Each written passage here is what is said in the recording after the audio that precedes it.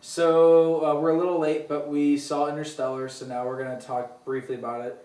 It's going to be really hard, but we're going to keep it spoiler free. So we're going to try our best not to get into too much detail because there are a lot of big twists and turns, and we don't want to spoil it for you if you're going to go see it. My brain hurts.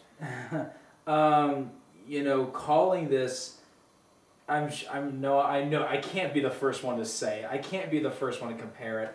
I know he was inspired by this movie, but calling this movie Christopher Nolan's 2001: A Space Odyssey is not that much of a stretch. It's not as boring as 2001. There's more action in it, but I mean, it's his ambitious, epic space opera. This is a very Christopher Nolan movie, for better or for worse. If you are one of the Christopher Nolan fanatics that just can't get enough of his movies, you'll probably like this. If you're one of the people on the internet that just nitpicks his movies to death, you are going to hate this movie because there is a lot to nitpick for sure. Not even nitpick. There's a lot of things to criticize, no doubt. This is a very... When you take the whole movie, it's very ambitious, very complex, and there's a lot of moments, like in other Christopher Nolan movies, where you sit there and you say, well, was that really well written and complex and hard for me to think about? Or was that just a plot hole? Or was that just poor writing, Sometimes sometimes it's hard to know the difference with his movies. And this is a good example of it. I liked it more than you did, I'm guessing. I think you did. Ultimately, for me, I kind of feel the same way I did with 2000. Do you understand the problems I have with it? Absolutely. Okay. Absolutely. And here's what I'm going to say with that. I kind of feel the same way with this movie that I do with 2001. There's a lot of things I appreciate about the movie. There's a lot of things I can praise about the movie. But at the end of the day, there's a lot of things I can't ignore. There's a lot of things I can't see past. And there are problems that I feel must be addressed. So at the end of the day, I think Interstellar is a good movie? Yes. I don't think it's phenomenal, though. I don't think it's the most beautiful, heartwarming, jaw-dropping epic that I've seen in a long time. I don't want you to get my reaction right at the end wrong. I enjoyed it. Sure. For the most part. You just thought it was a the good third movie. act was just too much. There were some parts in it. Well, the third act was way too much. Yeah. And some of the other parts were But for a 3-hour movie, it was easy to sit through. Yeah, it's not. I was enjoying. It's not a hard movie to. Okay, it's complex, but when I say it's not a hard movie, it's not boring. It's not. You don't feel every second of it like Transformers. Sure, I mean you could tell it's a 3-hour movie. Yes, but it's definitely not like. If there's one thing it does better than 2001... There's enough going on to keep you interested. Yeah, if there's one thing that does better than 2001... And again, I like 2001 overall. But even I can't deny the fact that movie... You have to be in the right mood to watch it. And not only that, but it's so dragging. It's just so turtle-paced. And that was kind of how the first act was with this film. Yeah, and I'm going to get to that in a moment. But yeah, so ultimately, do I like Interstellar? Yes. But I didn't love it. It's not, for me, I just don't see this coming on the top 10 favorite films of the year list for me. But not on the top 10 worst, though, either. Absolutely not. It's definitely in between. It's a solid movie overall. And you know what? This might be one of those sci-fis that might get better the more from repeated viewings. This might be kind of like... maybe like 2001. It might be something like Blade Runner, where because the first time I saw Blade Runner, I was kind of just, what? At the end of the day, I was like, that's the movie that everyone, praises. But then, after seeing it again, and after kind of rethinking it, and the old, because the first time I saw it, I was much younger, and it was before I studied film, and really like looked into it. And then after rethinking, I was like, you know what, that movie's brilliant. And you know, I might think about that more with this film. I mean, we just got done seeing it too. This is a movie that makes you think. But yeah, as of right now, I don't love the film, but ultimately, I thought it was. I don't regret seeing it. Mm-mm. If I had to give it a rating, oh boy, I'm probably gonna. This is probably gonna change over time, but for right now, I'm gonna give it. As a whole, I'm giving it a C plus, but for its ambition and for its ultimate enjoyment, I'm giving it a B. I'll give it a B. So I mean, as of right now, when I look at all the problems I have with it, I'm gonna give it a C plus. But when I look at how much it's trying to be, you know, how much it's going for and how ambitious it is, I have to give it that, and it does a lot of that well, even if it doesn't do it all well. So I'll give it for ambition B. If that makes sense? Mm-hmm. But I was telling you, you know, so some good things. Of course, Matthew McConaughey sells the whole film. If there were one thing one thing I felt like was that a lot of the side characters I didn't care that much for, and Most of them you didn't even know anything about. You didn't even know anything about Exactly. before they were, you know. The emotion is completely sold through the relationship between Matthew McConaughey and his daughter, and primarily Matthew McConaughey, and he sells it very well. Like the only other character in this movie that you really feel for is Anne Hathaway. Anne Hathaway's character, Which I didn't even think she was that great. Anne Hathaway performance-wise, Anne Hathaway was good, or at least good enough. I'm not the biggest fan, but I thought she was fine. Her character, though, I don't think was even that well written. I think there was a lot of effort put into McConaughey's character when he's the center, and they did his character well. Well, he was definitely supposed to be the focus. Absolutely, and they did that well. So McConaughey's performance, solid. Of course, the visual effects are amazing. Mm-hmm. The space effects are fantastic. It looks really good. There's not a ton of action in the movie, but the action in it is intense. There is, and there's there's some really intense moments that when it was happening, mixed in with Hans Zimmer's awesome score that he once again brings to a Christopher Nolan film, I was into it. Like I was like my eyes were glued to the screen. So when those scenes happen, it gets your attention.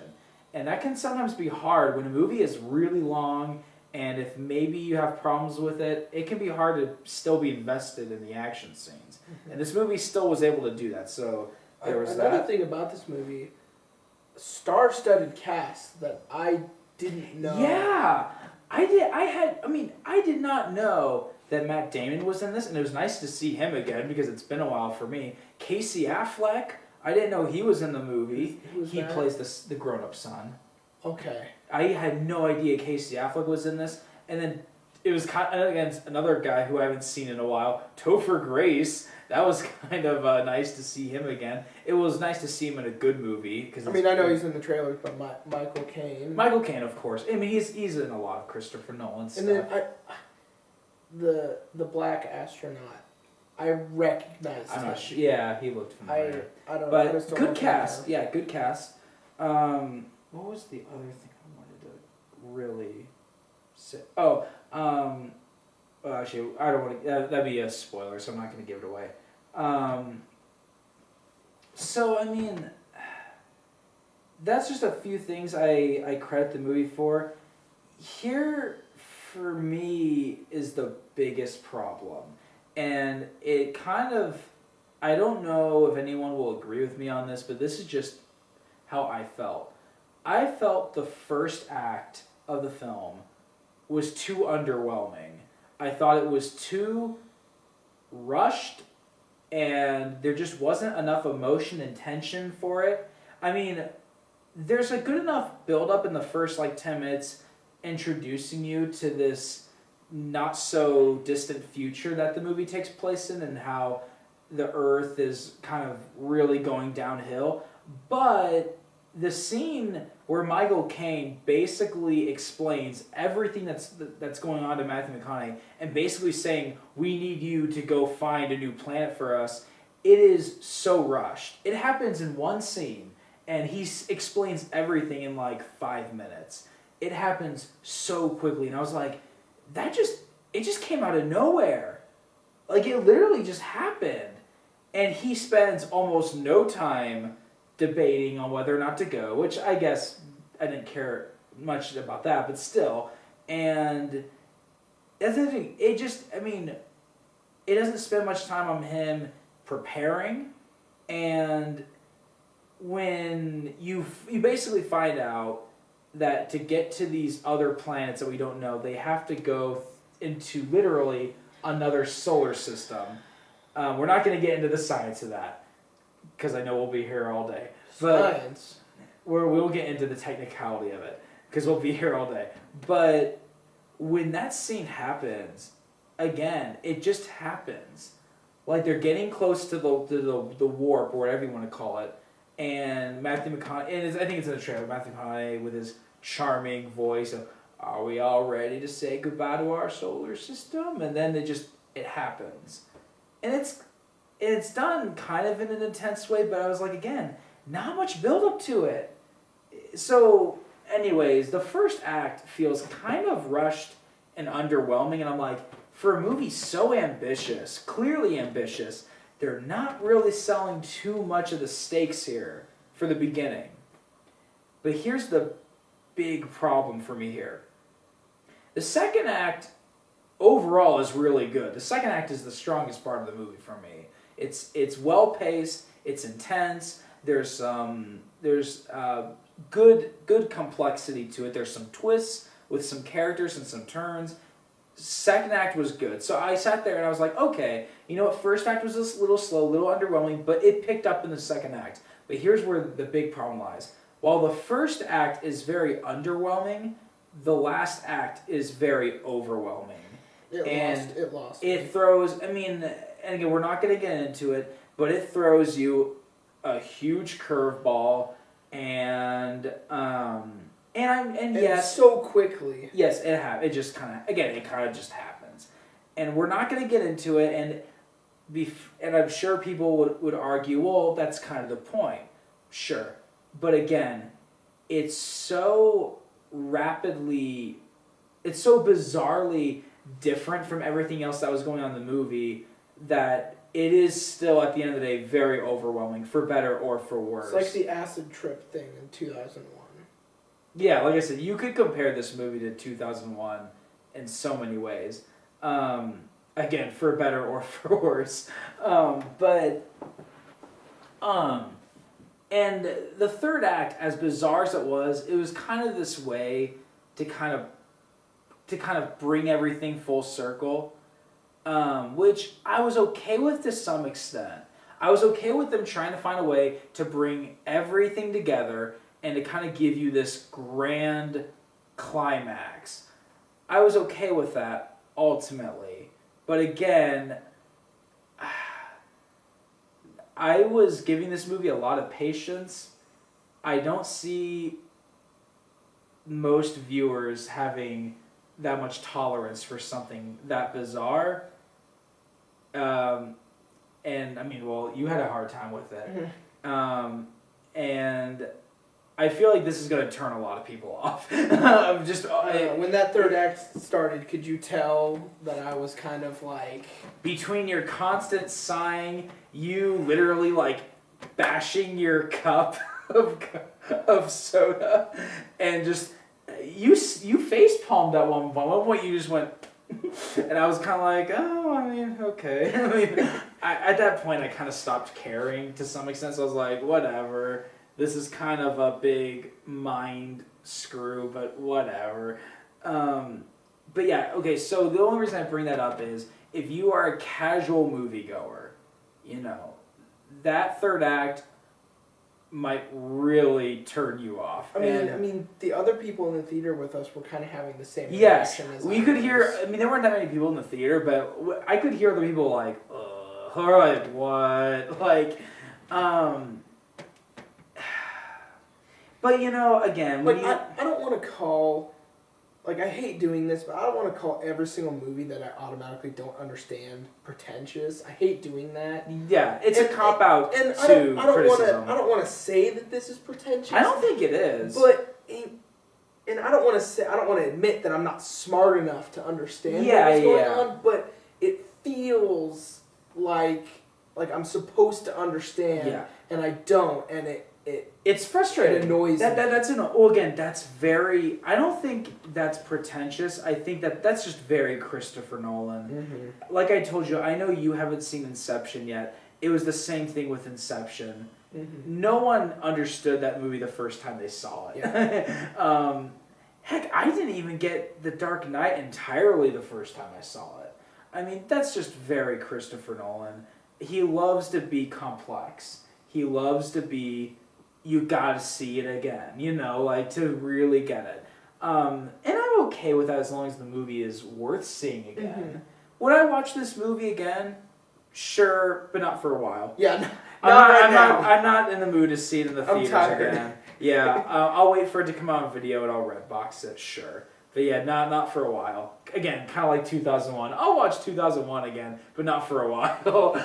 But, so yeah, like... To me, pretentious, I don't think it's pretentious because the movie, while frustratingly complex, I'll give you that, the movie was never condescending. No. Not like 2001. It wasn't, and it was never like, say what you will about Christopher Nolan, I never felt like the movie was Christopher Nolan. Like up until the third act, it's always trying to explain stuff in a way where you can follow it. If that makes sense. Mm-hmm, mm-hmm. Which I'll get to that. It wants you to stay with it. Yeah, and I'll get to that in a moment. I never felt like the movie was Christopher Nolan like on a high horse. Mm-hmm. Like I am so smart. Like I never felt like it was that. So I don't think the movie's pretentious, but it is without doubt frustratingly complex, and it can't. In the last act, and that's the thing though. Like you said. It's not that the whole movie's that, it's just the third act is. Mm-hmm. And that's what was so, that's why I feel like the biggest problem with the movie is the first act. The whole scene was kind of like that, but... Yeah, I felt like the first act of the movie was too underwhelming and too rushed, and the last act was also rushed, but overwhelming, and that's such, that ultimately just does not collide well in the end. It's like too much of too little, and then too little of too much. It's like you don't enjoy the first part, you enjoy the second part, and then you don't enjoy the last part. It's kind of like... It's so like up and down. Exactly, it's kind of it's like I said, it's too much of too little, then too little of too much. And that can be, again, it's frustrating. But again, ultimately, yes, I would recommend the movie. If you are into epic space operas, definitely check it out then. If you like a movie that's a good... mind screw, then yeah, check it out. I think it's, as far as Nolan's movies go, I think it was better than his last film. I think it was better than as a movie on its own. What was his last film? I think it was better than The Dark Knight Rises. Oh, that was his last film? I mean, The Dark Knight Rises is definitely an easier film to watch, but I think it's a much better film. And also, if you were to count Man of Steel, I think this was way better than Man of Steel. But that's, he produced that. But anyways, so, yeah, there's really not much to say about that. But going back to the dialogue, I thought the dialogue was overall okay, but I want to point out two things I didn't like. I appreciate that they had a lot of easy exposition, so for us that don't know the science to it all, can understand and follow it. Sometimes I thought it was a little overboard. Yeah. Because I was like, okay, no one likes to be treated like a kid. Sometimes, instead of telling us, just show us. You don't have to explain everything to us. Mm-hmm. Because we know that these astronauts would not talk like that, because they don't have to explain to each other, like, what does that mean? Well, let me explain it to you. Like, they would already know what it means. I see what you mean. What I mean? Okay. That was one thing I kind of liked about 2001, though. And I know a lot of people don't like that, but I kind of like that they never totally did that. That was never one of the problems I had with that movie. Yeah, the movie doesn't. I mean, definitely the movie expects you to know a little too much, perhaps, but at least it doesn't treat you like a kid, you know. But anyways, and then the other thing, and I know some people have already brought this up on the internet. I haven't read too much about the reviews, but I know some people point this out. The whole love conquers all thing, you know, I'm not against that, okay, because, well, I'm not against it, but there's doing that right, and there's not doing it too right, and this movie doesn't. This movie didn't do like I don't think this movie did a horrible job. I understand what you're saying, but in this movie standpoint, from a science standpoint, but that was the point, I think. But I think the point was that despite all the science they have, at the end, love is something that reaches us. But you see the problem with that, don't you? I mean, like, love is not a practical science application. That's the point, though. I hear what you're saying, but the point was that the love was the one thing that everyone has, and it's beyond science. That's the point. But here's my problem with that. I'm not against them doing that. The problem was it was just a little too ham-fisted. That whole Anne Hathaway monologue, frankly, sucked. Which one? Where she's crying and she's talking when they're in the spaceship and she's talking about love being her like motivator. No offense to Anne Hathaway, I think it's not her fault. I don't think it was a well-written monologue. I think them saying like, well, it's love, like that just felt too shoved down your throat.